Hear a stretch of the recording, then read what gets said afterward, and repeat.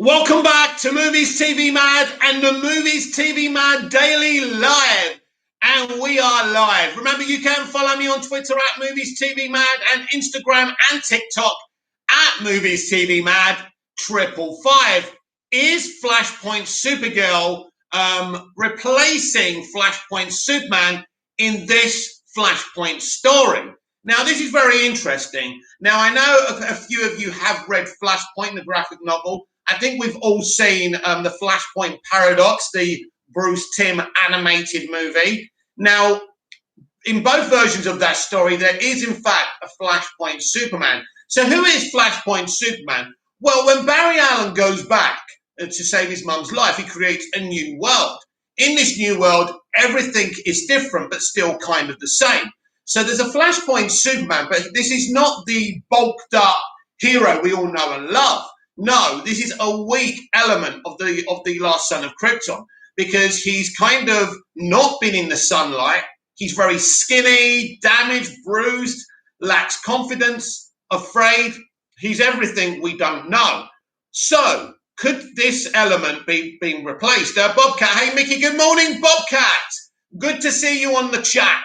So could Flashpoint Supergirl, something that's not actually in the graphic novel and in the animated movie, be replacing Flashpoint Superman? Now, we've all been wondering what Sasha Calle's Supergirl, which version of Sasha Calle's Supergirl we're going to see. We've been talking about Cersei L. We've been talking about maybe Cavill's and Amy Adams' daughter.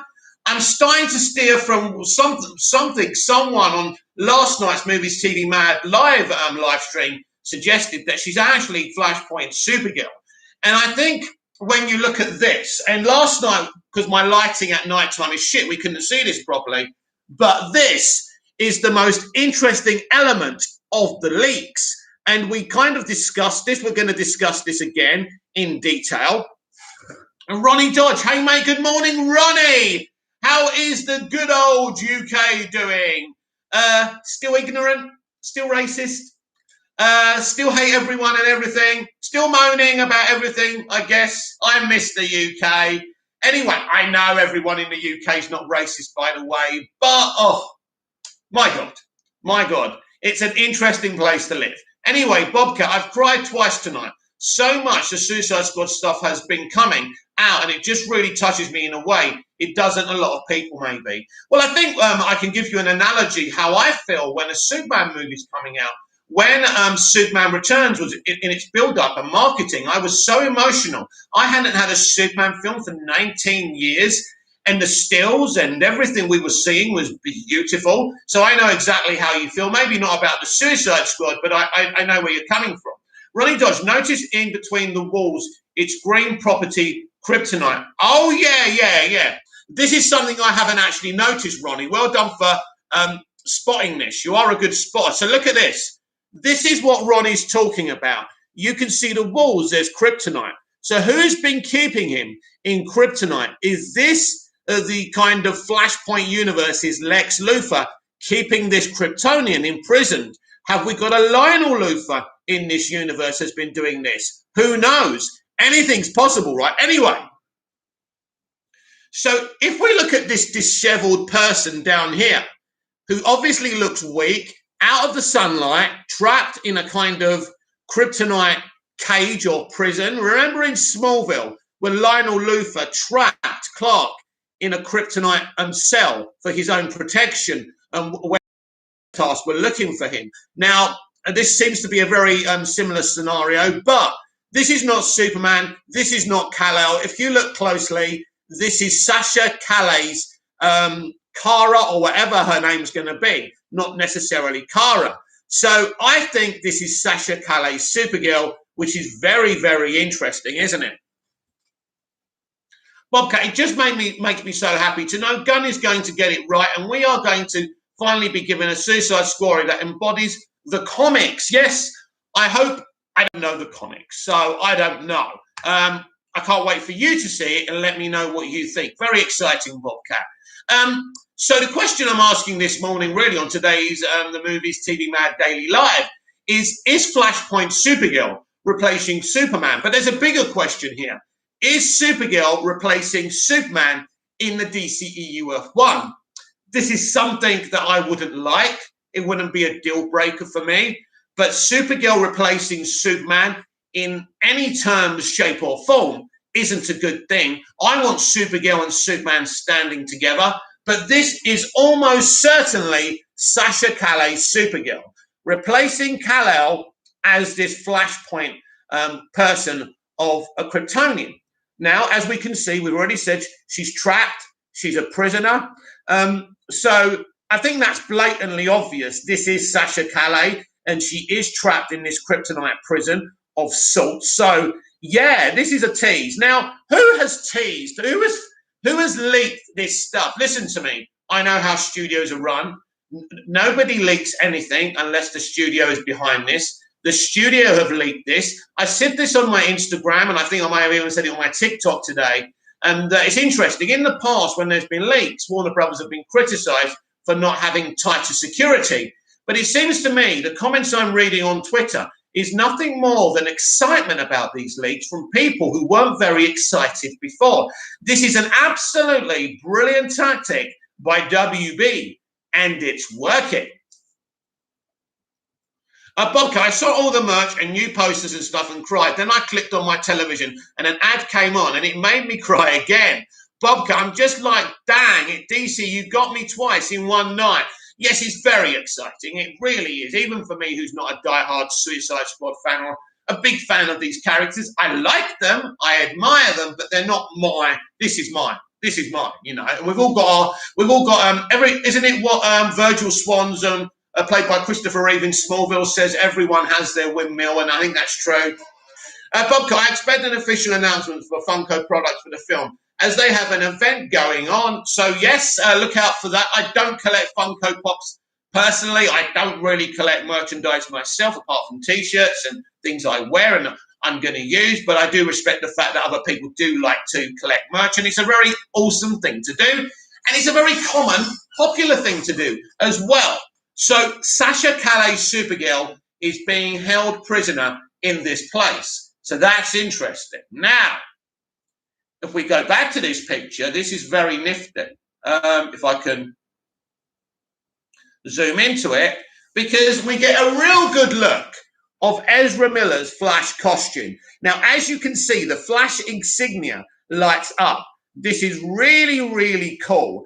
And I don't know if this is the way it is in the comics, but this is a really great idea by Andy Muschietti, and it's going to look great. Maybe sometimes the lightning can kind of go down the suit just before he starts running, which is a really cool thing. So I really love this costume. He looks great in it. So this is very awesome.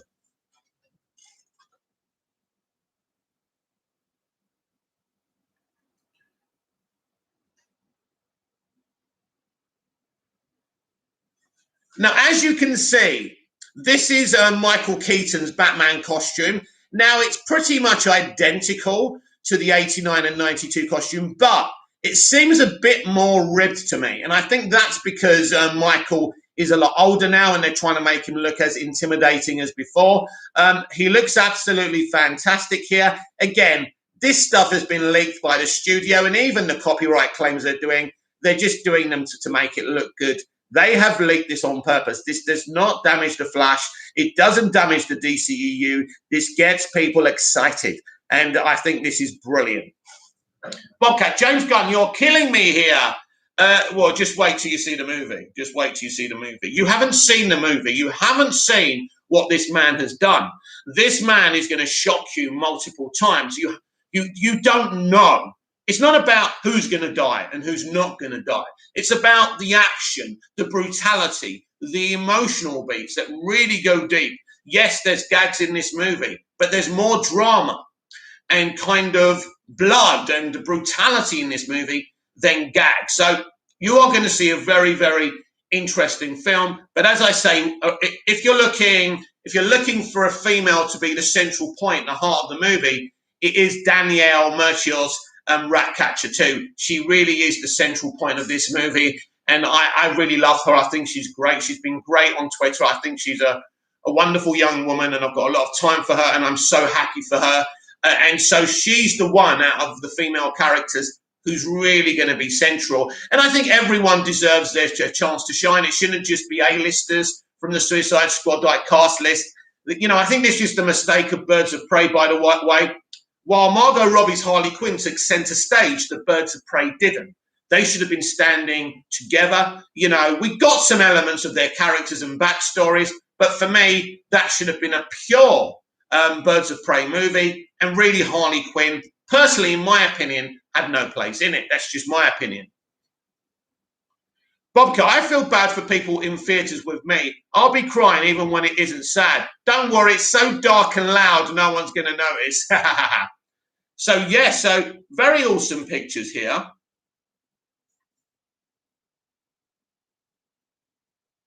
So we start off again because we got the lighting today. So this is some art of Barry running and these flipping golden boots. Look, I know I wear a big size shoe, but Barry Allen is taking the piss here, right? This is a glorious idea to have him wearing these gold boots. And I think comic book fans, and I think this movie is for the comic book fans who have been ignored during the Snyderverse. And I think that's important. Bringing the broader audience back, bringing the diehards who have been buying comics for 20, 30 years or even 5 to 10 years. They are the most important element of this. They have not been serviced during the Snyderverse, and it's right that this is a franchise for all DC fans, not just one sort of DC fan. So that's my opinion there.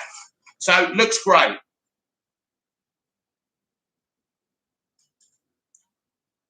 Then we have this spoiler alert thing. Now, who is being blocked by the spoiler alert? Look, this is all fandom content, DC fandom content. So who is that? Let me just take a look for you. So we seem to be in is it a car? They're standing by a car or something. Anyway, now this is actually, I've worked this out. This looks like Ben Affleck's Batman. And I think this is before Flashpoint. Bobcat, I can hardly wait. Bobcat, they are getting me to watch Wipeout August the 1st. Oh, yeah, I heard about that because it's the Suicide Squad takeover. Bobcat, I don't watch Wipeout, but I will that night. I've never even heard of it until I saw James Gunn talking about it. So, yeah, I think this is actually Ben Affleck's Bruce Wayne. I don't think he's wearing the costume here, and I think that is the spoiler alert put there on purpose just to tease people and get people excited. So I'm predicting it's Ben Affleck's Bruce Wayne, but you can let me know what you think. So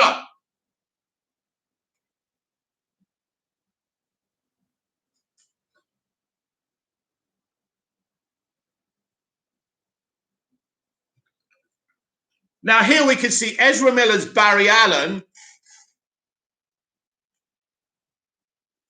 We can see Ezra Miller's Barry Allen looking into kind of a mirror or a dome, and we can see that picture that I showed you earlier, which is very, very interesting.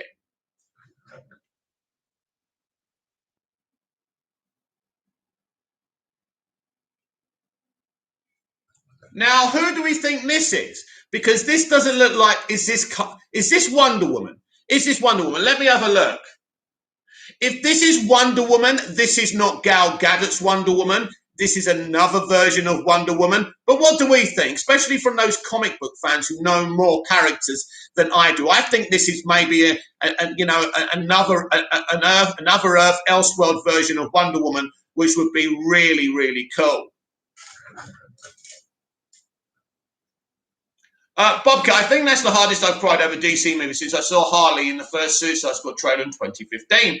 Bobcat, or maybe 2016, can't remember.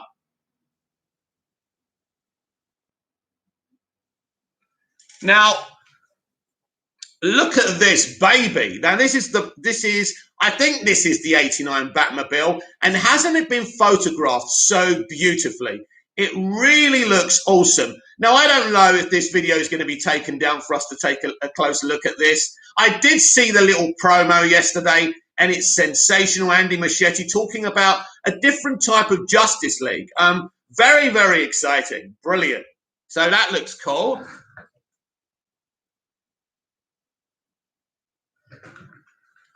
And you can see, if you've got good eyesight, that that's Batman. And is he standing next to the Bat bike? I'm not quite sure. But whatever's going on there, again, it's been painted or photographed so beautifully, and it looks wonderful, doesn't it?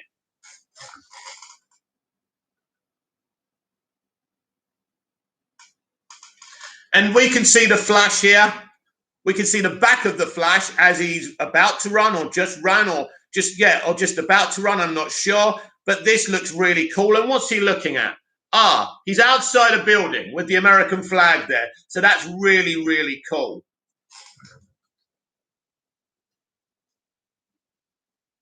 Now this, I love this. This is Barry Allen about to catch a baby. This is really, really cool. This is excellent. Look at that, everyone. Isn't that awesome? I think this is terrific. Well done for WB, to WB for leaking all this stuff. And I do believe WB leaked this stuff and people are reacting really well to these leaks. And it's exciting.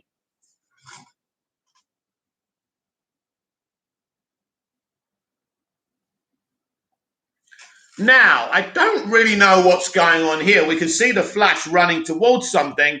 I'm not sure what he's running towards, but you can see those wonderful golden boots again, and aren't they glorious? Aren't they a sight to behold?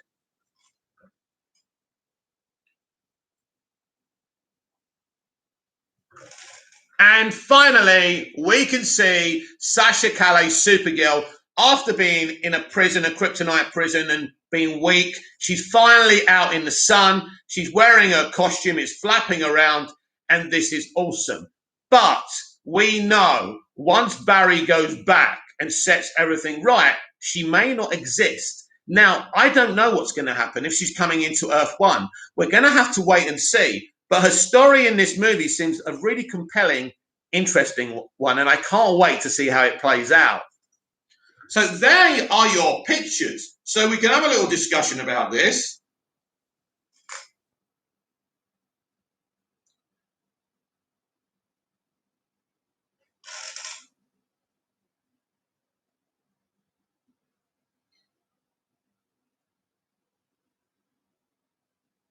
Right, everyone, right.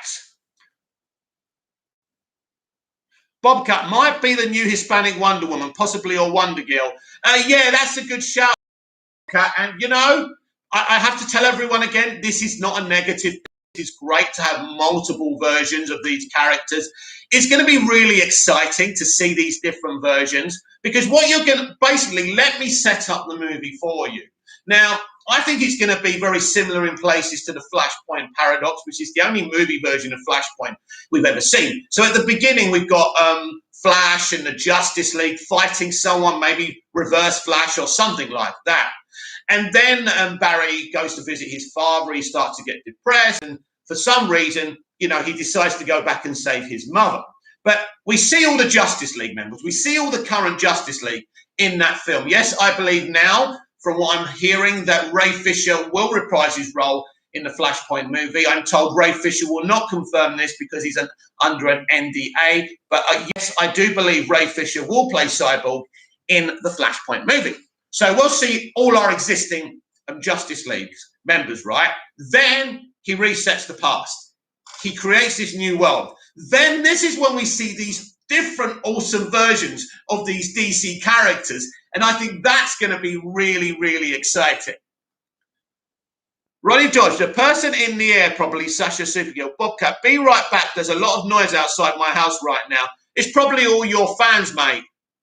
Ronnie George, the pick of fur and Barry on the roof is towards the end of the movie. Yeah, I'm kind of, with all these leaks now that I think have been leaked by Warner Brothers, Ronnie, I do believe I've got a picture of her story. So I believe she's Flashpoint Supergirl. She's been held prisoner in this kind of kryptonite prison. And it's Barry's job to inspire her out. He breaks her out. He inspires her to become Supergirl, something you've mentioned yourself before, Ronnie. That's her story. What happens to her after the film is over will be very, very, very interesting. So, yeah, basically yesterday I wasn't on top of my game. My dad had been rushed to hospital. He's still very ill. So I didn't know what was going on. So if any of you kind of wondering, why is this guy a YouTuber? He doesn't know what's going on. It's just I was so busy, and it was just an achievement. I did an evening stream last night. And I want to thank everyone who actually missed me doing the stream in the morning and actually cared and asked me what was going on. That's always nice to know that people care.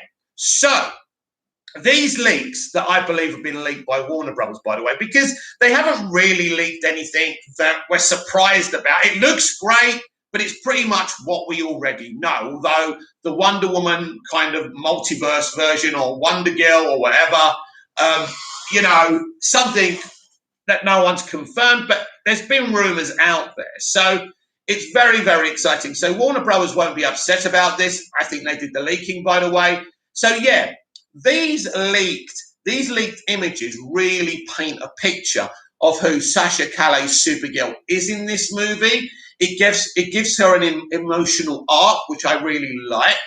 I don't know if we're going to have an Earth 1 Superman or an Earth 1 Batman when all this is over.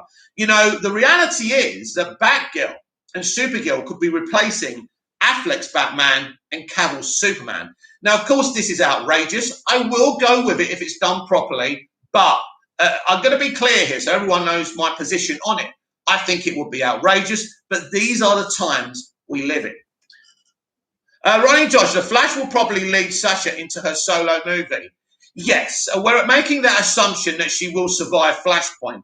It's going to be interesting. As I've just said, Ronnie, I believe that her and Batgirl will be in Earth 1. Let's see. I expect that to happen. I don't know how this movie's going to work, how they're going to reference all these characters, but I'm very intrigued to find out how this film is going to work. So very, very excited.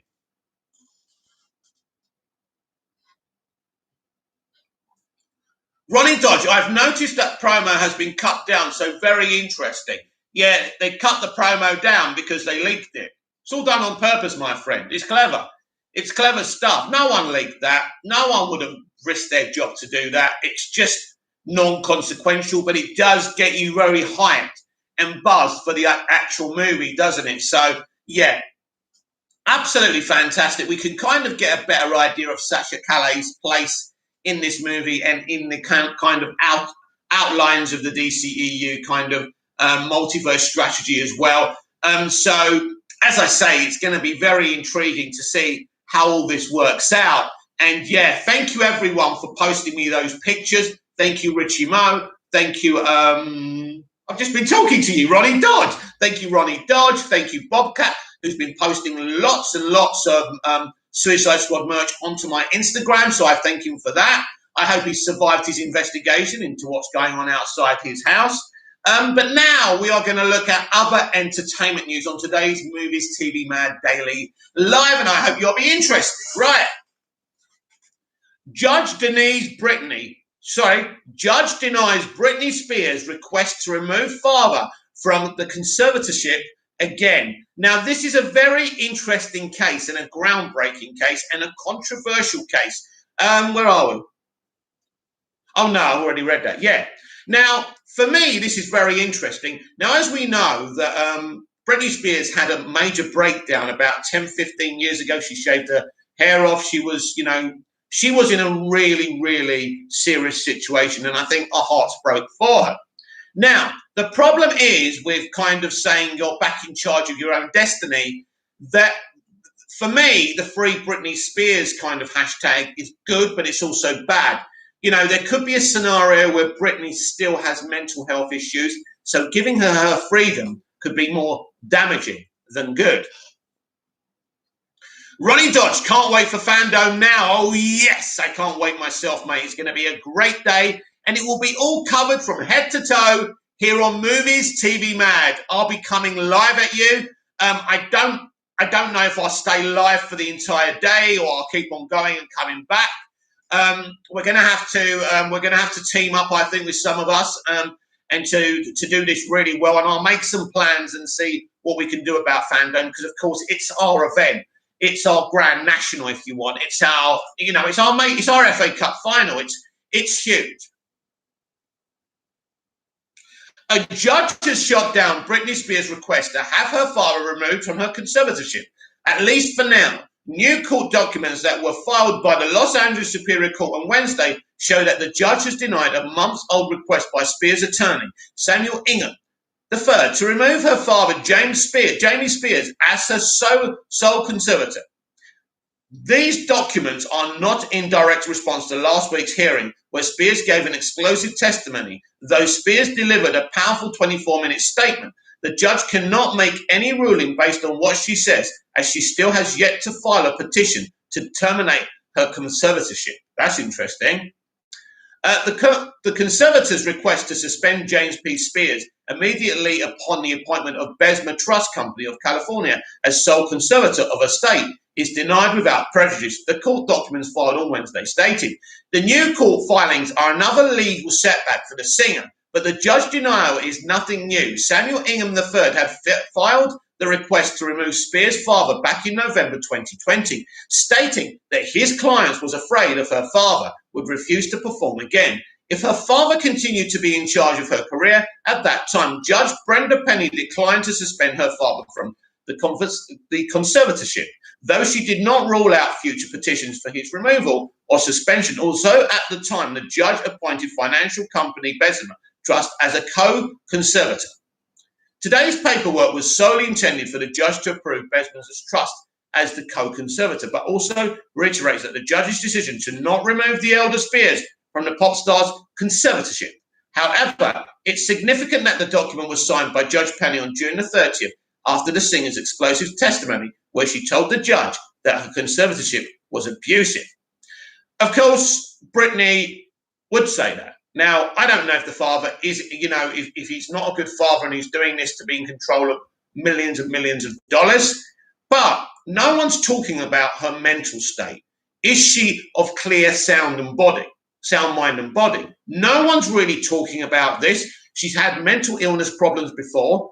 Is she taking meds? What is the situation? That's what us, the public, don't know. Last week, Spears gave her 24-minute testimony, marking the first time she had publicly addressed the court in her 13-year conservatorship. While speaking to the judge, Spears said that her dad enjoys controlling her life and stated that she believes her conservators, including her father, should be in jail and that she wants to sue her family. Now, if this is right, this is despicable and disgusting, but this could be also a mentally ill person just lashing out and just hoping that she can get her rights back and basically, it's her career. She did it. I understand. But is she of is her mental capacity in full working order? This is what no one's telling us. And it's no good listening to the person saying, well, I'm all right, governor, because let's be honest, we're not going to take your word for it. Why should we? Spears' case has garnered an enormous amount of global attention, with pressure mounting to support the pop star and remove her father from the conservatorship. Wednesday's court filing states that the court found Spears to be substantially unable to manage his or her financial resources or to resist fraud or undue influence. That's interesting. Now we talk about Britney Spears or the father, I don't know. Spears' father has been her co-conservator since 2008 when the singer suffered a very public breakdown. He became sole conservator in 2019 after attorney Andrew Wallach resigned from co-conservatorship in September 2019. He temporarily relinquished his powers in Jodie Montgomery because of the conservator of her person, meaning she's responsible for Spears' medical and personal well-being. Spears' father remains the sole conservator of her estate, managing all of her finances while making a hefty sum of her annual multi-million-dollar earnings, given that Spears has continued to record music and perform regularly at her residence in Las Vegas while under her restrictive conservatorship.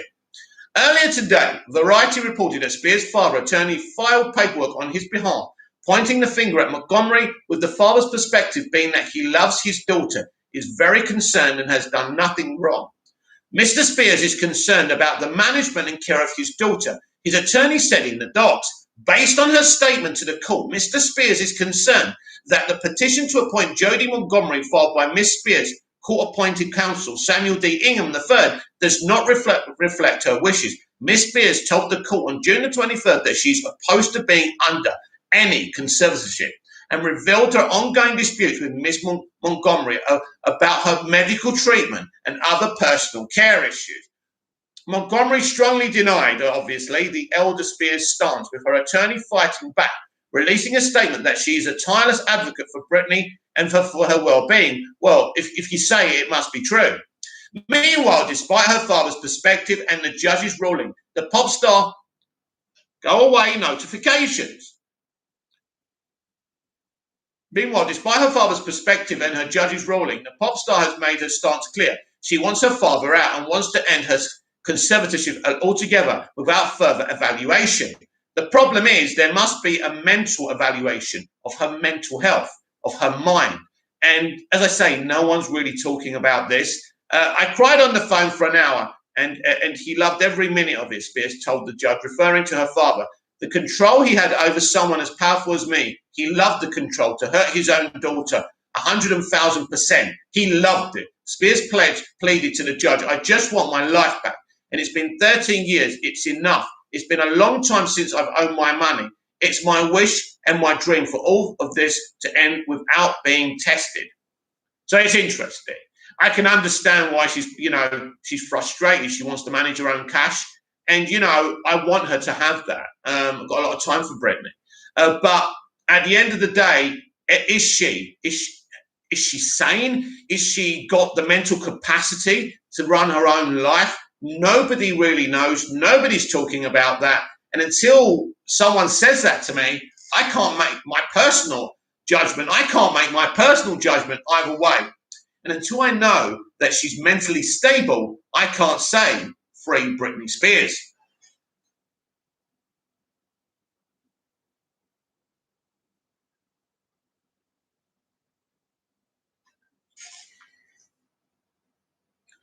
Loki episode 4 post-credit scene. 4 new variants explained by Hannah Shaw Williams of Screen Rant.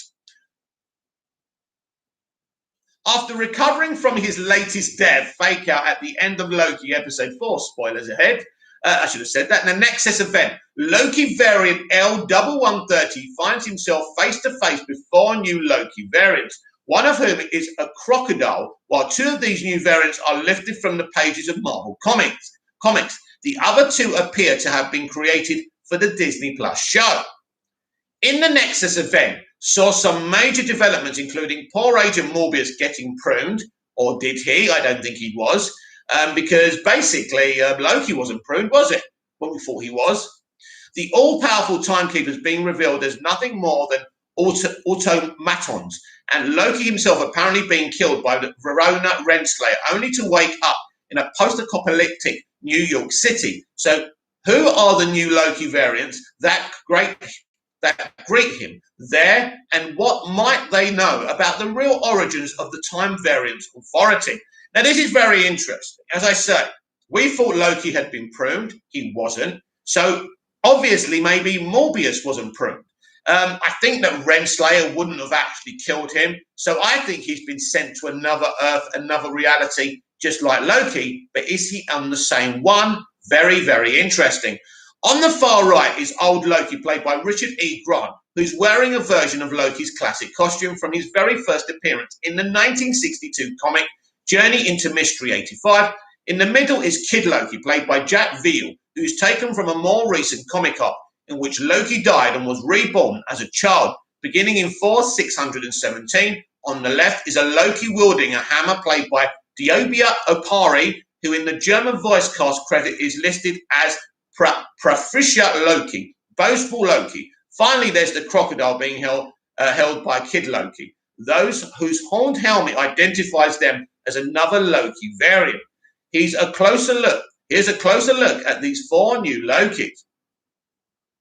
WandaVision had some fun with its Halloween set episode by dressing up Scarlet Witch and Vision in their classic comic book costumes. And now Loki is doing the same with the introduction of Richard E. Grant as old Loki. While this costume might look a little goofy, it does, next to the more sleek outfit that Loki has worn throughout the Marvel Cinematic Universe, it's iconic and memorable, and the combination of green and gold is still a signature part of Loki's look, as is his horned helmet. In Journey into Mystery 85, Loki is trapped inside a tree where he has been imprisoned for many years by the gods. He can only be freed if someone sheds a tear over his plight. But since people don't tend to feel sorry for Loki very often, he decides to cheat his way to freedom by causing a leaf to fall from the tree and it hit Heimdall in the eye. The tear-shedding criteria is fulfilled on a technicality, and the newly freed Loki sets out to take revenge on the god who captured him. 4, with Loki exploring the many possible versions of its titular character. The series wouldn't feel complete without seeing this classic Loki, and Grant is sure to be a fun casting choice. Kid Loki. The MCU isn't the only place where Loki has a tendency to keep dying and coming back to life. In the pages of Marvel Comics, this cycle of death and rebirth is a core part of his identity. JDTSB, so many in Hollywood are mentally unstable, but they're not under conservatorship. JDTSB, you're certainly not suggesting to me now that she should be free because everybody else who's mentally unwell is in charge of their money. Basically, I don't agree. If she's unstable, if the courts give her freedom and she's not mentally stable, JDTSB, that means she could end up actually risking her own life or taking her own life. So this is very, very important, and it's not black and white, my friend. Rebirth is a core part of his identity. On such an occasion, Loki was reborn on Midgard with no memories of his past life. Missing his brother and wanting to bring him back to Asgard, Thor found Loki in his new form as a French street kid called Sirrah Locke, who was making a living by tricking and stealing from people. Thor was able to restore Kid Loki's memories of his true identity. And this young version of the God of Mischief tried to resist the pull to villainy and fight alongside Thor as a hero. The Kid Loki that appears in episode 4's post-credit scene will likely draw from the elements of this storyline while leaving out Kid Loki's more complex backstory. Hammer Loki.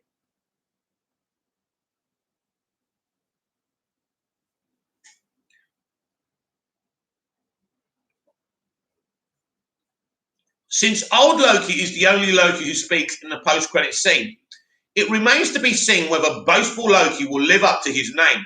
However, if the hammer in his hand is a version of Mjolnir, then this Loki could be a variant who ended up on the throne of Asgard instead of Thor.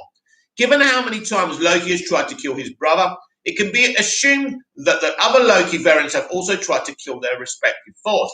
Perhaps one was successful, or perhaps his Thor died by other means, and Hammer Loki felt compelled to live up to his brother's legacy. Crocodile Loki.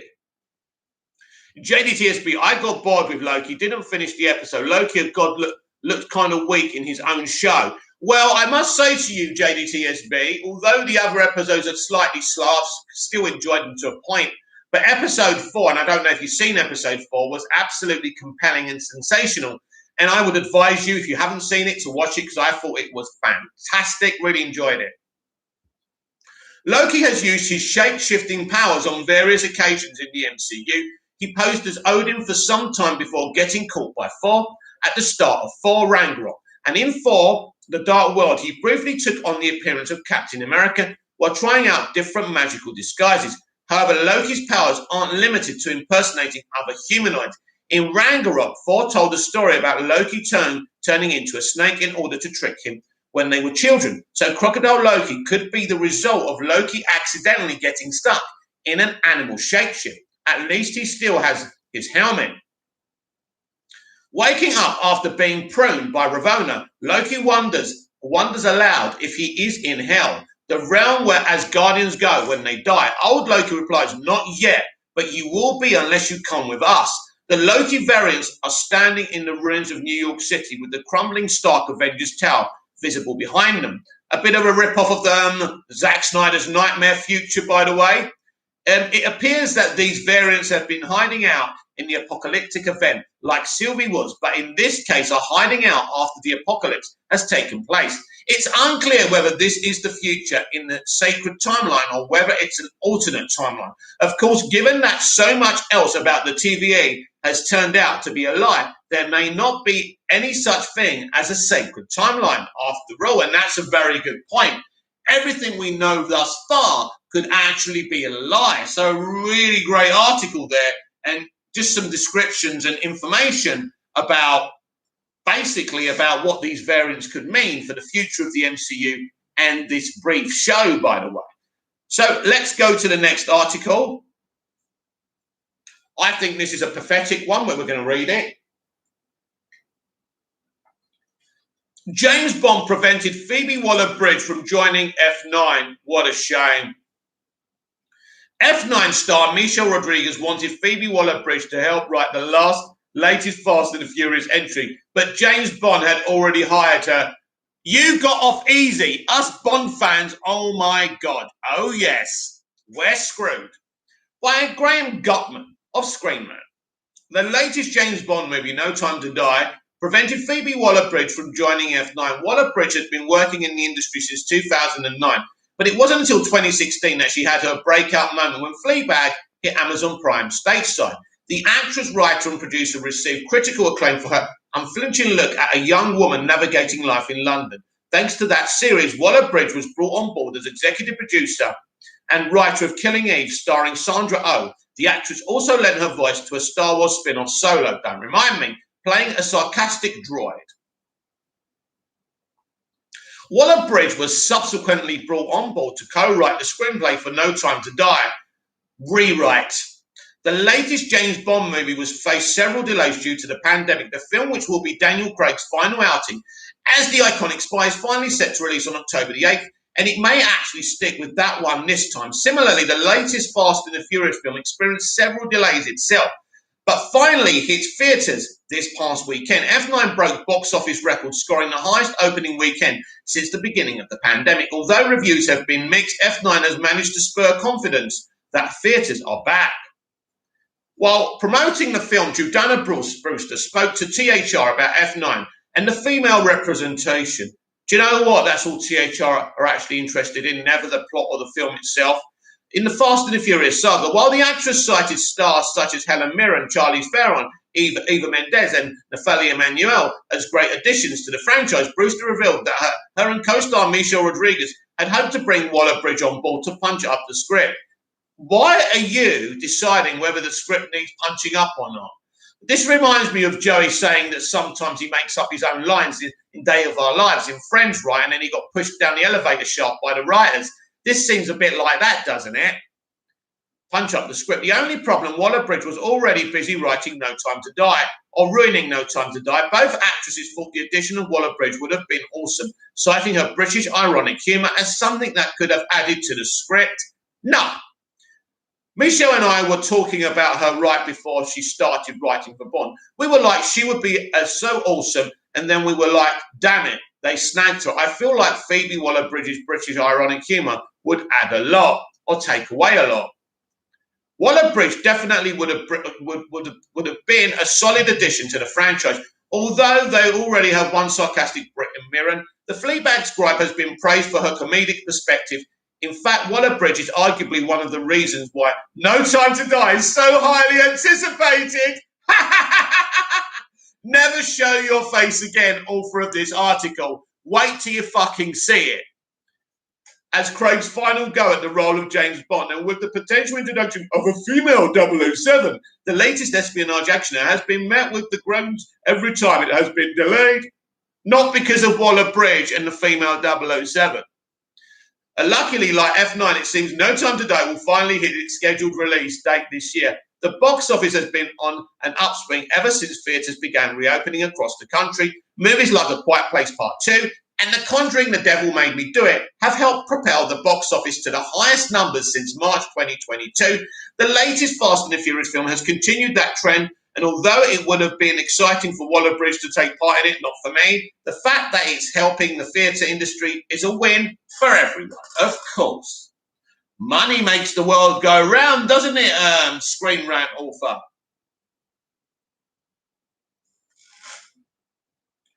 Legends of Tomorrow confirms Justice League still exists in the Arrowverse. I always thought they did.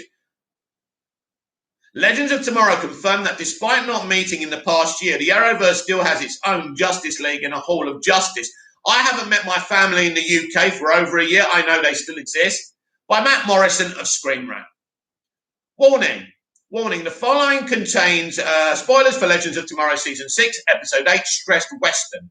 An episode of Legends of Tomorrow confirmed that the Justice League still exists in the Arrowverse, although they have yet to adopt that name officially. However, the episode did confirm that they formally adopt the Hall H of Justice name of their meeting space. It also confirmed that despite being one of the most earnestly heroic people in the Arrowverse, Nate Steele Haywood has apparently been passed over for membership.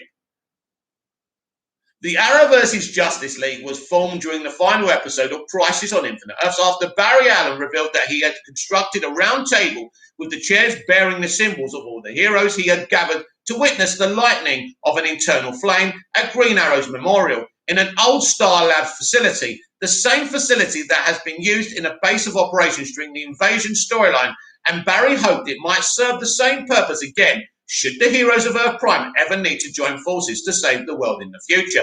Unfortunately, the COVID-19 pandemic led to the cancellation of all the planned team-ups, leaving many fans to wonder if Barry's plan for a new super team had been abandoned, particularly in the wake of Black Lightning and Supergirl coming to an end in 2021. In the Season 6 episode Stressed Western, Legends of Tomorrow confirmed that the team still exists in some form, while the Legends were in the Old West, joining forces with Lawman and Diggle doppelganger Base Reeves against an alien sandworm who fed on anger. The ever-cheerful Steele finally lost all patience with his increasingly irritated teammates and went off on a lengthy tirade about everything that was bothering him that he had been keeping bottled up. The rant ended with him complaining about how he had asked for a chair in the Hall of Justice and never gotten a response. Pretty cool.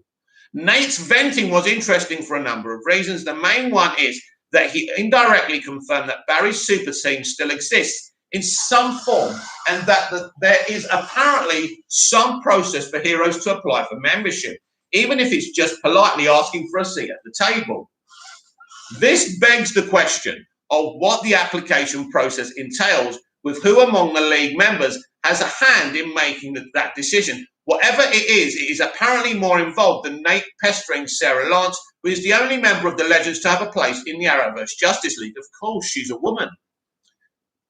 The other interesting thing about Nate's run in Legends of Tomorrow was that it marked the first time someone had referred to the meeting, the place of Arrowverse's Justice League, as the Hall of Justice in the modern day. Despite not knowing who is running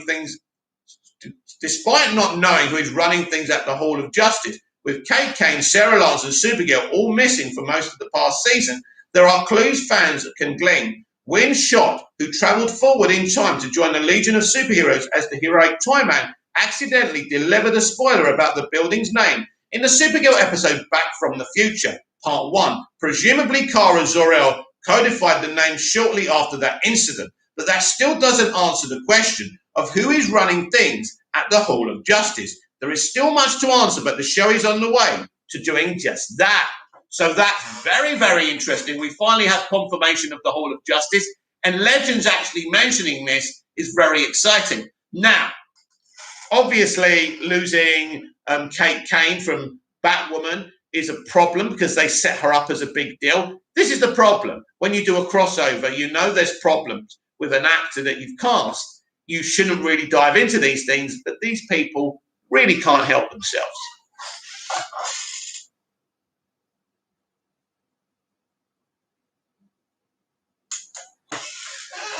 Now, this is a bit of fun. If you're a Disney Plus fan and you're a Simpsons fan, you're a Loki and an MCU fan, you'll be very excited about this. Simpsons Good, The Bar, and the Loki poster reveals new Marvel-themed short. A new Loki and the Simpsons crossover short titled The Good, The Bar, and the Loki is coming exclusively to Disney Plus on Wednesday, July the 7th. Looking forward to seeing that. A new poster revealed, and actually I think this is the poster, looks really cool. Yeah, it looks cool, doesn't it? I can't wait to see this. I love The Simpsons, and I love Loki, so I like the character. So, a new poster reveals details about an upcoming Simpsons and Marvel crossover featuring everyone's favourite god of mischief, Loki. The long-running animated series has been on the air since 1989, breaking numerous records over its 30-year history. Not only is The Simpsons the longest-running animated sitcom in history, but it has also featured the most guest stars for an animated series ever. With a total of 810, Simpsons has made a name for itself by parodying popular culture and skewing modern suburban life to great effect, and it shows no signs of slowing down. Great, because I love The Simpsons. Similarly, the Marvel Cinematic Universe is moving full steam ahead with their streaming projects. Loki is the third Disney Plus MCU series to debut in 2021, and it's proving to be a massive hit. The God of Mischief solo series beat the debuts of both WandaVision and The Falcon and the Winter Soldier and is still going strong. Loki's fourth episode premiered today with 2 more episodes to go. Audiences are captivated by Tom Hiddleston's journey as the fan favourite character. Now it seems like the journey is taking a detour. Disney has announced that The Simpsons and Loki will cross over in a new Marvel-themed short titled The Good, the Bart and the Loki. The short will see the God of Mischief banished from Asgard once again. According to the synopsis, Loki will then travel to Springfield, where he will run into the Simpson family and some of the Springfield's most notable residents who may or may not have the powers of their own. Disney also unveiled a poster for the short, which can be seen below. So this is the full poster. As I say, it looks pretty cool, doesn't it? So I will be checking this out on July the 7th because I think it looks pretty cool. Al Jean, producer of The Simpsons, already teased a Marvel crossover back in the beginning of May, and it looks like that's coming a lot sooner than expected. This short follows the previous crossover that saw The Simpsons meet the Star Wars universe with Maggie Simpson in The Force Awakens from its nap. Now that Disney owns The Simpsons thanks to its landmark acquisition of 20th Century Fox, the iconic animated series can really do anything, including crossing over with some of the most popular franchises around the world.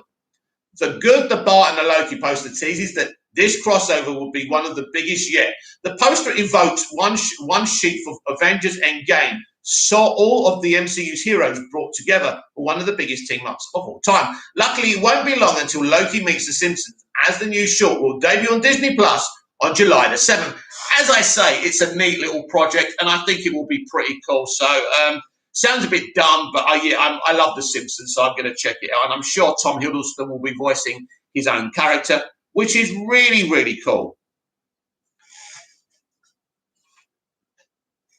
Kevin Feige defends Iron Man 3's fake Mandarin twist. Where do you all stand on this? Because, he is incredibly funny, but I think it was a gut punch, really, wasn't it? But Marvel Studios boss Kevin Feige defends controversial plot twist in Shane Black's Iron Man 3 regarding the real identity of the Mandarin by Anna Damarog of Screen Rant. Kevin Feige defends the controversial plot twist in Iron Man 3 regarding the Mandarin. There was massive excitement when it was announced that one of Tony Stark's most iconic villains in the comics would factor into the Shane Black film. But around halfway through the film, it was revealed that Iron Man 3's version of the Mandarin was an imposter used to deviate people's attention from the real bad guy, Aldrich Killian, played by Guy Pearce. In terms of execution, the Iron Man 3 plot twist was done effectively. Nobody saw the Ben Kingsley reveal as the bumbling actor named Trevor Slattery, who was merely playing the role of the organised crime boss to terrorise Tony. But many didn't like the idea, especially those who were looking forward to seeing the comic book rivalry come to life on the big screen. So eventually Marvel Studios pivoted, releasing the one-shot All Hail the King, which confirmed that despite Killian's scheme, the real Mandarin exists, that he's not thrilled that his name was used without his blessing. As Tony Leung's debut as Warmer Mandarin nears via Shang-Chi and the Legends of the Ten Rings, Marvel Studios President Feige defends his fake introduction in Iron Man 3 in an interview with Rotten Tomatoes, saying that Marvel is still a fan of the shocking surprise. He also explains the reasoning behind the waiting to bring in the real Mandarin, citing the need to do him justice. So I expect a bunch of excuses here, and basically he's trying to iron out the problem. He knows it's problematic. He knows he shouldn't have done it. And going back to the Iron Man 1, when we've been talking about that, when we do bring this character to the screen, we only wanted to do it when we felt we could do it supreme justice and really showcase the complexity of his character, which frankly we couldn't do in an Iron Man movie, because an Iron Man movie is about Iron Man. An Iron Man movie is about Tony Stark. So Shane Black, in his film and his script that he co-wrote, came up with this fun twist that we love to this day. Do you know what? Superman 4 is a Superman movie, but Nuclear Man's in it. Man of Steel is a Superman movie, but General Zod's in it. That's bullshit, Kevin, and you know it. And it's turned out to be Trevor Slattery. Just because that version wasn't real didn't mean there's not a leader of the Ten Rings organization. That is who we meet for the first time in Shang-Chi. As someone who has spearheaded the most successful franchise in the world, it's difficult to argue with Feige's sentiments. Well, I can argue with it, and I just have. About the Mandarin, but it's also worth noting that Marvel Studios has been able to bring complex villains to its projects, has it? And do them justice. Have they? A prime example of that is Thanos in Avengers Infinity War. Jesus Christ, you're throwing Thanos at us. What about all the other villains they've got wrong? You're a disgrace, Anna. Avengers Infinity War directors Joe and Anthony Russo, together with writers Christopher Marcus and Stephen McFeely, were able to find a way to officially establish Josh Brolin's character. We know they did that character well, but what about the other villains they've got wrong, nearly all of them, as the biggest threat ever to face the Avengers? Despite limited screen time, though, there are still arguments that it would have been better if he had his own origin story before the ensemble film. I agree. His full debut into 2018 culminating movie still worked well.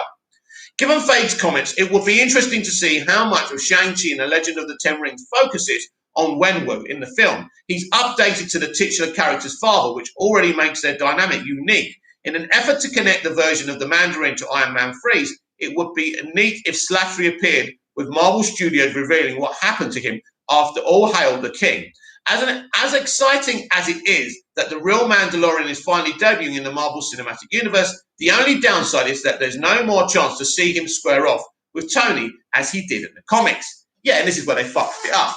Now, a lot of this is about the PC brigade. A lot of this is about the extremists in the extreme left. Make no mistake about that. But if you don't want to use him, Kevin, don't fucking put him in the movie as a fake one. If you don't want to use the character from X-Men, don't use that boner guy in WandaVision, right? This is how you piss people off.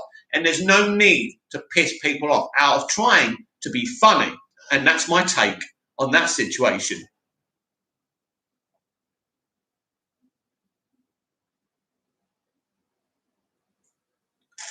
Now, this has been something that's been referenced by Kevin Feige as well recently. Tilda Swinton recalls learning about Doctor Strange's whitewashing backlash. In a new interview, Doctor Strange star Tilda Swinton recalls learning about the whitewashing backlash surrounding her casting as the Ancient One by Adam Benzer's Screen Run. In a new interview, Doctor Strange star Tilda Swinton recalls learning about the whitewashing backlash surrounding her casting as the Ancient One. The 2016 film, written and directed by Scott Derrickson, served as the introduction of Benedict Cumberbatch's Stephen Strange to the MCU. The origin story chronicled Strange's time as a neurosurgeon to the debilitating injury that forces him to turn to the mystic arts of to regain the use of his hands. Cumberbatch's Doctor Strange has gone on to appear in multiple MCU installments and will finally be getting a sequel, Doctor Strange in the Multiverse of Madness, next year. Doctor Strange was commercially and critically successful after its release in 2016, but it was marred by a major controversy at the time. Tilda Swinton, an actress of Scottish descent, was... What does it fucking matter what her fucking descent is, you flipping extremist? Was cast in the role of the Ancient One, a character who is a Tibetan man in the comics. At the time, Derrickson and Marvel head Kevin Feige defended the decision, saying it was intended to avoid racist stereotypes. Oh my God. They're so mad, right? We talked about this before. By trying to avoid one racist stereotype, they did another racist stereotype. These people are nuts. Found in comics. Despite public outcry, Swinton reprised the role in 2019's Avengers Endgame. Last month, the topic re-emerged when Feige changed tone and expressed regret at casting a white woman in a role that could have gone to an Asian actor. Now, in an interview with Variety, Swinton reacted to hearing Feige's comments for the very first time. The Ancient One actress says she's very, very grateful Feige made those comments because it renewed the discourse on the subject. Let's say that again. For the very first time, the Ancient One actress says she's very, very grateful Feige made those comments because it renewed the discourse on the subject. Swinton also reflected on learning about the whitewashing backlash for the first time. Do you realise she's being sarcastic? I know her a bit. and she's not grateful that he stirred up the shit again. He's saying, basically, she's saying, thanks, Kev, you've brought it all up again. I remember at the time having a question mark in my own mind and being attendant to the public's response to the idea that a Scottish woman will be playing this character, and being aware that there was no resistance at all. There was widespread welcome, which shifted at a certain point for very good reasons, which I had an enormous amount of sympathy. In 2016, the controversy was compounded by Swinton reaching out to comedian Margaret Chow for her opinion on the whitewashing controversy. Chow, who had never spoke to Swinton before, was offended by the request, as she felt like Swinton wanted her take on why all the Asian people were so mad. Oh my God, here's an actress trying to, understand something, and you're offended. You're offended because she just wants to know why, right? Maybe she didn't get it. I get it. I know why they're offended, but it doesn't matter. It's fiction. But guess what? If Fake and Derrickson just cast the little Asian man to be the wise one, the ancient one in the first place, which there was nothing wrong with that up so fucking ever, right? It would have been fine. But these people are insane and they eat each other up. She was just trying to do the right thing. Which made her feel like a house Asian. Reflecting on this ordeal today, Swinton admits that may have confused matters, but has zero regrets overall. Well done, Tilda. Even though Doctor Strange will permanently be tarnished by its whitewashing, no it won't! No it won't, you lunatic! It seems like Marvel is ready to put this controversy behind them, especially Feige and Swinton, both expressing regret, coupled with Phase 4 moving entirely in the direction of diversity. This fall will see the release of Shang-Chi and the Legends of the Ten Rings, which stars a predominantly Asian cast, and Eternals, which boasts Marvel's most diverse superhero lineup yet. The Doctor Strange sequel will then continue this trend by introducing America Chavez, Oxity Gomez, and Latinx LGBTQ hero. Whoopee! Let's hope you actually bother making a good movie. But it's just really funny where we are now. But we continue in this industry. We continue to see how deep the hole they dig for themselves continues as they continue to lose access and peak and success in English-speaking movies and television entertainment. And more foreign-speaking countries grab more success from their entertainment because they're not obsessed with extremism from the left side of the house. I think it's going to be very interesting to see how Hollywood and English-speaking entertainment continues to lose control from self-inflicting reasonings. This is very eye-opening, also very hilarious, and also very pathetic. And I think we all understand that English-speaking entertainment is dying slowly because of extremism.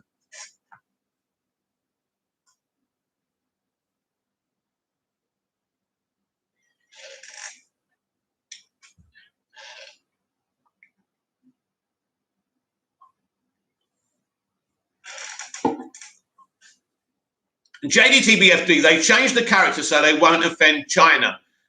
Yeah, it was actually about the money. Yeah, it's like when Star Wars erased John Boyega from a poster not to offend China. These people are racist, but they say, hey, we're cool now. We're going into Phase 4. And we've changed.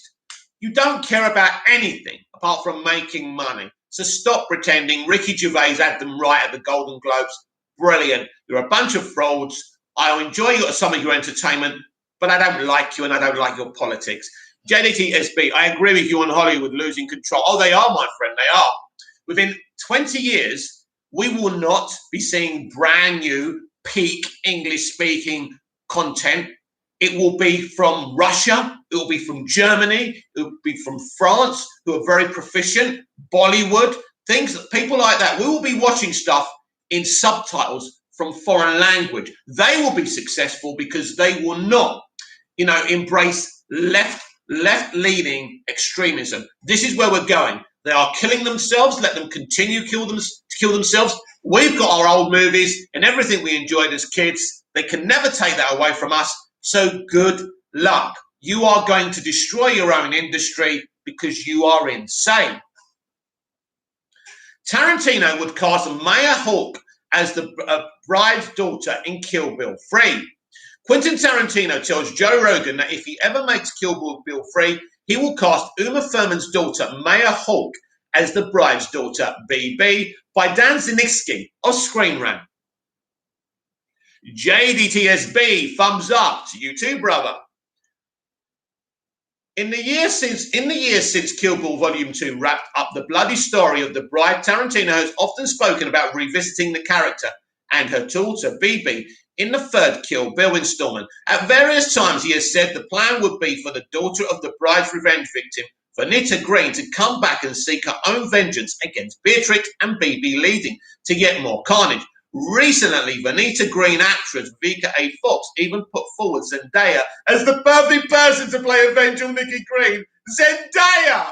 Zendaya couldn't act her way out of a paper fucking bag. It's hilarious. Zendaya! Nut jobs, my friends. Nut jobs. Tarantino himself has now gotten in on this speculative Kill Bill 3 casting game by putting forth his choice to play the grown-up BB kiddo. And it's a pretty perfect choice, appearing on the Joe Rogan Experience to promote his novelization at Once Upon a Time in Hollywood. Tarantino said bride actress Thurman's real-life daughter, Hawke, would get the role if he ever made the movie. He explained via Ronin, I think it's just revisiting the characters 20 years later, just imagining the bride and her daughter, BB, having 20 years of peace, and then that peace is shattered, and now the bride and BB are on the run, and just the idea of being able to cast Uma Thurman and cast her daughter, Maya Hawke, in the thing would be fucking exciting. He's the only director who publicly swears. That's something else I love about this guy. I love Quentin. Tarantino further teased his Kill Bill 3 ideas, reminding folks of all the characters the bride failed to take care of in the first two movies, who could potentially seek revenge. Ellie Driver is still out there. Sophie Fatale got her arm cut off, but she's still out there. They all got Bill's money. Actually, Go-Go had a twin sister, Shaiki, and so her twin sister could show up. Wow, I think he's going to do this. Maybe his final movie. Every movie he does is his final movie. He's been retiring for years. He's saying again he's going to retire. Now he's saying he won't retire for years. He's not going to rush his retirement. Wow. Hawke, of course, made her Tarantino Universe debut in Once Upon a Time in Hollywood, playing the Manson family member, identified only as Flower Child in the credits, who gets cold feet and runs away moments before the movie's explosively violent history-revising finale. Hawke has also established herself outside Tarantino realm, thanks to mostly to her role as Robin Buckley in Netflix Stranger Things. It's all about DNA, isn't it? Again, proving my point. It would indeed be exciting to see Hawke team up with her mother Thurman in a third Kill Bill film. Whether Thurman herself will be down for such a project, she will be, is an open question, as the status of her relationship with Tarantino is not known, following revelations about the director's role in the car accident that caused her serious physical injury during the shooting of Kill Bill. She's fine with Quentin. She would do it in a heartbeat. And of course, there's Tarantino's own mercurial nature to consider. Tarantino may talk about making a third Kill Bill film, but frankly, he talks about a lot of things that never end up coming to fruition. Recently, the writer-director has in fact spoken openly about retiring to become a man of letters, so who knows if he will even fulfill his promise on making a 10th movie. However, he does end up making that 10th film to round out his career, Kill Bill 3 would seem a fitting caper, and it would seem even more fitting to have his most important leading actress, Thurman, return with him. Adding Hawke to the mix only increases the sense that this would be a perfect final project for Tarantino. Listen, it's ironic to me that modern media, who just shill over the MCU, can talk about Tarantino with very, very little knowledge, and obviously trying to cancel him as well over the Uma Thurman calf incident on Pulp Fiction, I think. Look, these things happen. You know, shooting a movie is very hard, and sometimes actors are put in danger. And unfortunately, sometimes that's what they sign up for. And it's, you know, something you've got to be careful before you sign that contract, right? But I think their relationship's intact. And I think, you know, modern woke media do like to, they don't like the old white man. And so Quentin Tarantino is an alpha male, so they don't like him. He speaks his mind and they hate him. And we're still here. Us alpha males are still here. We are not going anywhere, and we will continue to fight against your extremism. Now, I want representation. I want inclusion. I love all forms of life. I love animals. I love everyone and everything. It's not about hate, but it's about fighting against these extremists who have basically, gained power in the entertainment industry and are destroying what we all love. Not lefts, not rights, not moderates, destroying what all of us love. It's a reason for all of us to fight these people.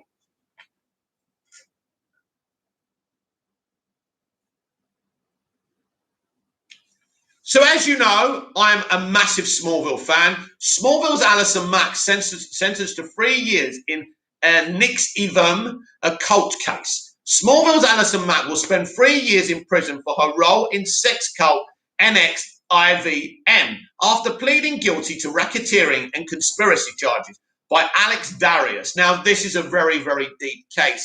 And actually, Alison's role in it is, well, I mean, it's unforgivable. Now, my history with Alison is this. My opinion on her is that she's one of the best actresses I've ever seen. Her depiction of Chloe Sullivan in Smallville was sensational, and we were all gutted to hear this. Now, personally, I'm a live and let live kind of guy, and I kind of had the impression that her and her expensive lawyer would find a way to wriggle out of this. And in fact, 3 years is her way of wriggling out of it. She will never do those 3 years. You'll be lucky if she stays in jail for 1 year. She'll rebuild her career, sell her story, and she's going to basically she's going to be compensated in a way for what she's done.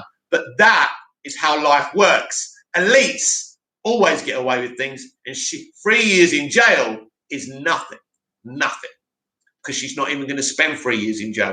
Smallville actress Alison Mack has been sentenced to 3 years in prison for her role in the Nixivum group described as a sex cult. Mack is best known for her role as Superman's best friend, Chloe Sullivan, from 2001 to 2011. She pled guilty to racketeering and conspiracy charges after her 2018 arrest.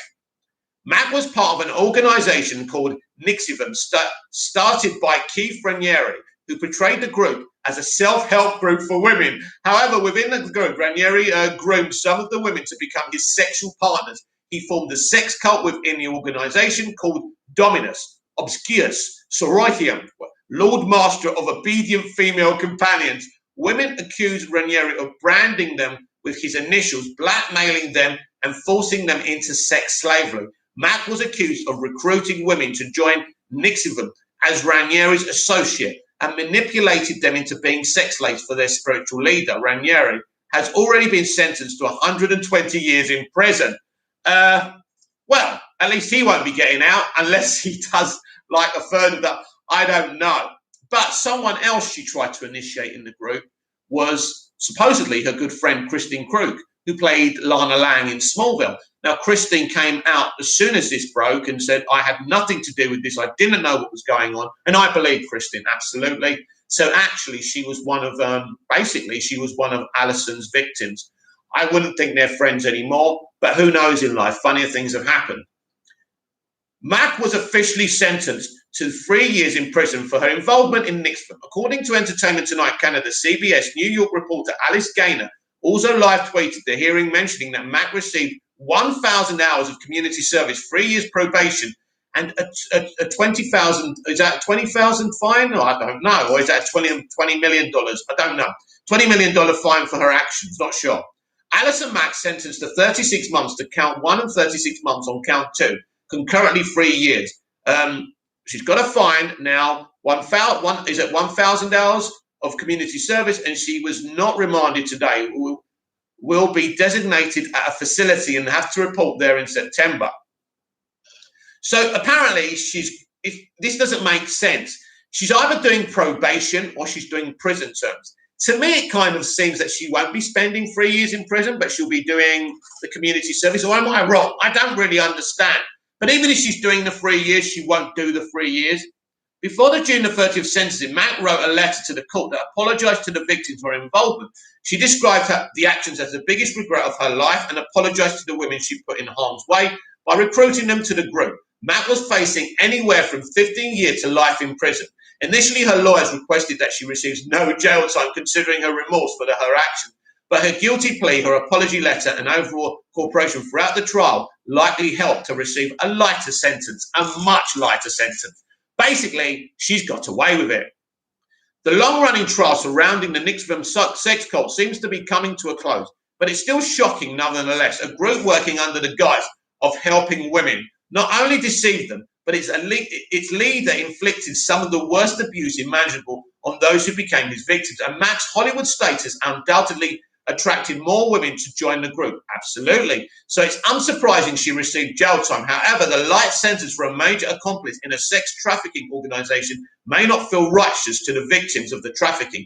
The takeaway is that sex slavery and human trafficking is rampant in the modern day. Even in the US, sometimes the involvement of big-name celebrities is used as a recruiting tactic, such as Smallville actress's role in the Knicks film. So what does this say? Not just about sex trafficking, but about Hollywood. Well, I'm going to explain to you what it means. Your children, your teenagers, are influenced by these Hollywood stars. I was influenced by Alison Mack. Jesus Christ. Imagine if she spoke to me and said, why don't you join this lovely group? God knows what would have happened to me if they were doing something else, if they wanted to enslave bald 48-year-old geezers, right? The point is, just because you see someone on the television or on your cinema screens, or you see them tweeting about kindness and compassion, it doesn't mean you can fucking trust them. These people, when they become famous, they become branded with criminals, and they are solicited by criminals, and they are paid by criminals. These people are gangsters. Now, not all of them are criminals and gangsters, but a high majority of them are. Hollywood, I've been there. I stayed in California, in LA for 6 months, as I've already told you. I saw a lot of freaky shit that I wouldn't even tell you about. But yeah, it's not something you should allow your children to aspire to be, which is a shame, because I grew up aspiring to be in Hollywood and be successful and be on the posters. But I would advise against it. This shows how dangerous these people are, and they are the ones virtue signaling and telling us how to live, and telling us that we're the bad ones and they're the pure ones. Just look at the irony in that. Quentin Tarantino reflects a working relationship with Harvey Weinstein, and this is more proof. Quentin Tarantino addresses Quentin Tarantino addresses Harvey Weinstein's crimes, saying that a certain amount of his behavior was known by everyone who worked with him. Wow, but everyone kept quiet. By Jeff Nelson of Screen Rant. Quentin Tarantino reflects on his relationship with former film producer and convicted rapist Harvey Weinstein.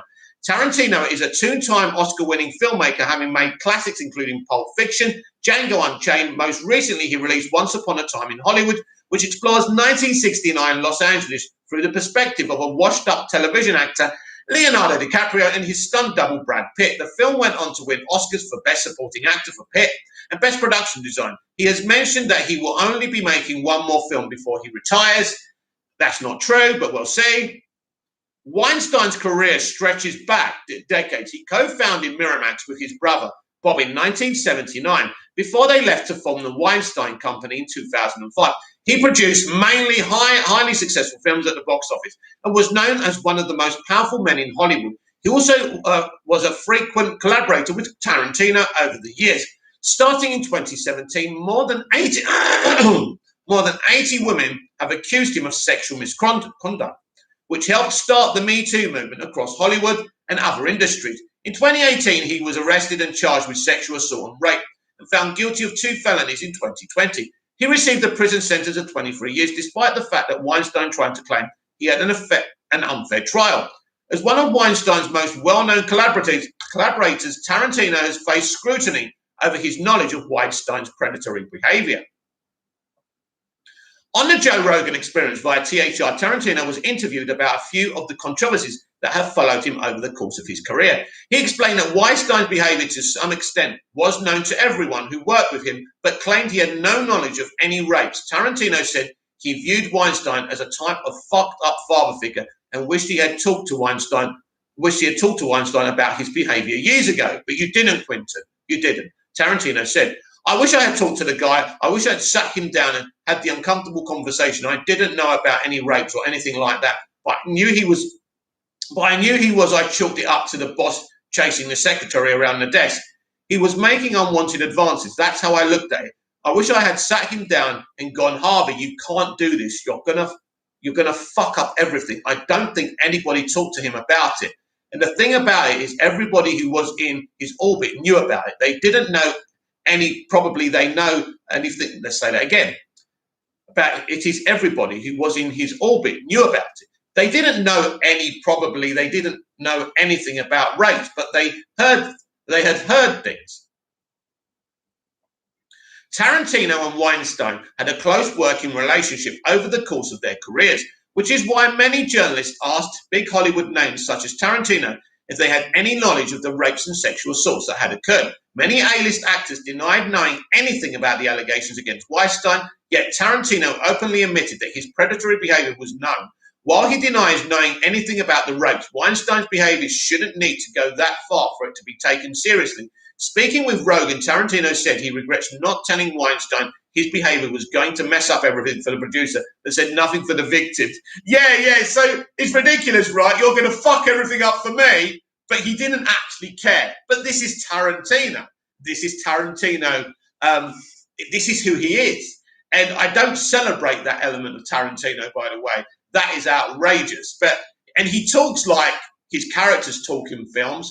Of course, Tarantino is multi-talented, not only one of the best filmmakers who have ever lived, he's a fucking good actor as well.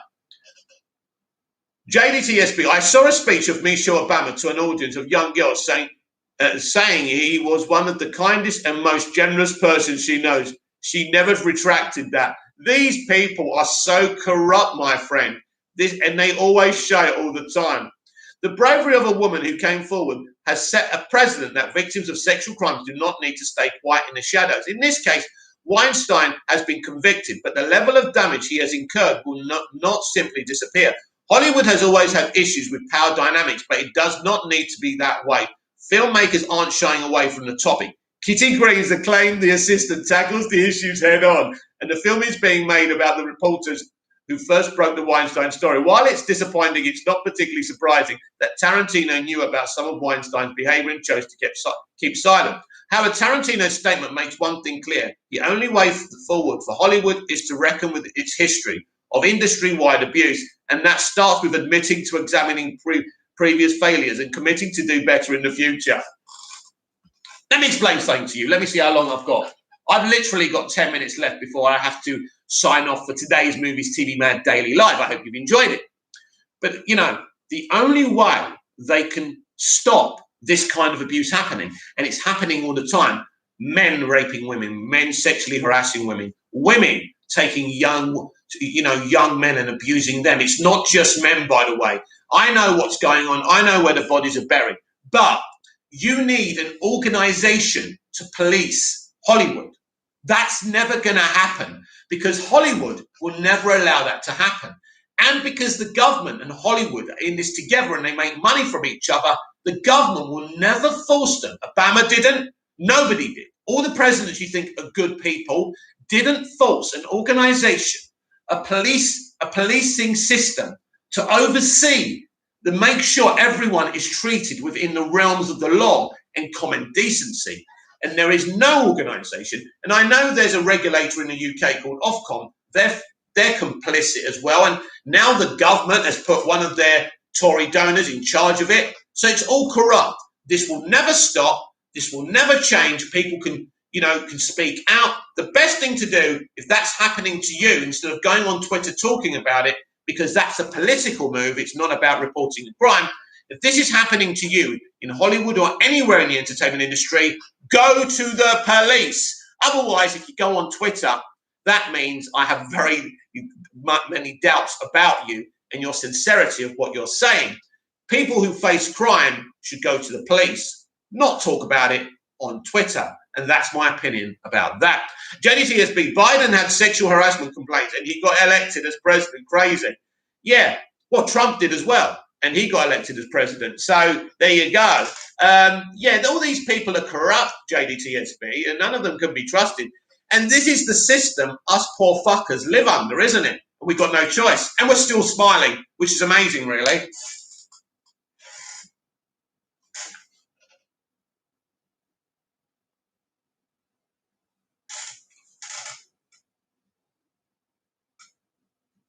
Right, I think I'm going to finish with a DC story, and it's about the potential casting of a Green Lantern. So, this is from the Illuminati. Now, reveal, casting and audition situations that are going on in Hollywood, and they normally get that right. So the Illuminati, Green Lantern, Tobias Menzies in talks to play Val Sinestro in new HBO Max series exclusive. Now, obviously, Sinestro is a huge character. Now, I love the way he was played in Ryan Reynolds' Green Lantern movie. But anyway, HBO Max has a number of exciting DC series on the horizon, with the Suicide Squad spin-off Peacemaker, the Batman spin-off series Gotham PD, and of course the highly anticipated Green Lantern series. The upcoming HBO Max series has already added 2 exciting actors to the cast, with Finn Wittrock signing on to play Guy Gardner and Jeremy Irvine joined to cast as Alan Scott. And now it looks like Green Lantern may have found their Val Sinestro, one of the most pivotal, highly anticipated roles of the series. Tobias Menzies is in talks to join HBO Max's Green Lantern as Val Sinestro. I will say this, I don't know who Tobias Menzies is, so if anyone can tag me on Twitter and send me a picture of this actor, I'd love that. The Illuminati has learned from our sources that English actor Tobias Menzies is in talks to play Val Sinestro in the highly anticipated HBO Max Green Lantern series. Tobias Menzies has had a long and prolific career in film, television and theatre. He has played key characters in a number of impressive series, including Brutus on HBO's Rome, Prince Philip, Duke of Edinburgh in Netflix, The Crown seasons 3 and 4, and Edmure Tully on HBO's Game of Thrones, and I can't remember that character. But perhaps the best example of why Tobias Menzies could be a perfect choice for the complicated character of Val Sinestro are the 2 characters he played on Star's Outlander series. Tobias Menzies played Frank Randall, the loyal husband of the series' main character in the 20th century, and Frank's ancestor Jonathan Jack Randall, a sadistic villain of the series. Tobias managed to play 2 very distinct characters who live in separate time periods during and while the characters were extremely different. Menzies managed to infuse hints of their familiar ties into his performance. This is very similar to what Michael Rosenbaum did in the early days of Smallville, where he was very placid, but then we saw him become the dark megalomaniac that he would be in the future. So yeah, I like those qualities. The character's description for the Sinestro shows that Green Lantern series will be focusing on the early life of Sinestro, who was a standout member of the Corps. Sinestro is eventually forced out of the Green Lantern Corps after he abuses his power and becomes one of the Corps' greatest enemies, using the Yellow Lantern power ring and creating the Sinestro Corps. The character description hints at his fated fall from the Green Lantern Corps. Night Edge Media broke the news that Green Lantern is looking to cast an actor in his 40s for the series' regular role of alien Val Sinestro. But what stands out about this character is when in his story the series seems to be taking place. In the comics, Sinestro is a mentor for the famed Green Lantern, Hal Jordan, before he is forced out of the cult for abusing his power. Sinestro then becomes the arch nemesis of Hal Jordan and the Green Lantern Corps. But the new HBO Max series will drive into Sinestro's time as a Green Lantern before he was discharged from the Corps. Val Sinestro's character description for the upcoming series describes him as a warrior monk and the greatest of all Green Lanterns. Sinestro is serving as a strategic commander for the cult, with all other lanterns unquestionably following his orders. Sinestro is the personification of grace under pressure, with unrivaled resolve and wisdom, but a dark destiny belies his otherwise zen demeanor. Very interesting. With these dual opposing qualities in acting, that takes on the crucial Green Lantern role. Sinestro will need to be able to balance the character's doomed fate and his high standing within the Corps in the present story. Tobias Menzies has proven his skills infusing nuance into his character, and the duality he was able to show in Outlander seems to make him an ideal candidate for the vital Green Lantern character. Val Sinestro is a seemingly good man and a leader with a dark side that fans know he will inevitably give in to. The upcoming Green Lantern series will feature the stories in 3 different time periods, including the 1940s, 1980s, and modern day. What's interesting about Sinestro is it isn't clear which point in time his story will take place, or as an alien who could age differently than humans. If it will take place during more than one of these time periods, which I think it will, by the way, if Sinestro is shown throughout the years, as I think it will, as a Green Lantern, there is an interesting opportunity to potentially show him growing closer to his destiny as a supervillain. Yeah, this is going through the ages. This is going to be awesome. I'm really excited about this.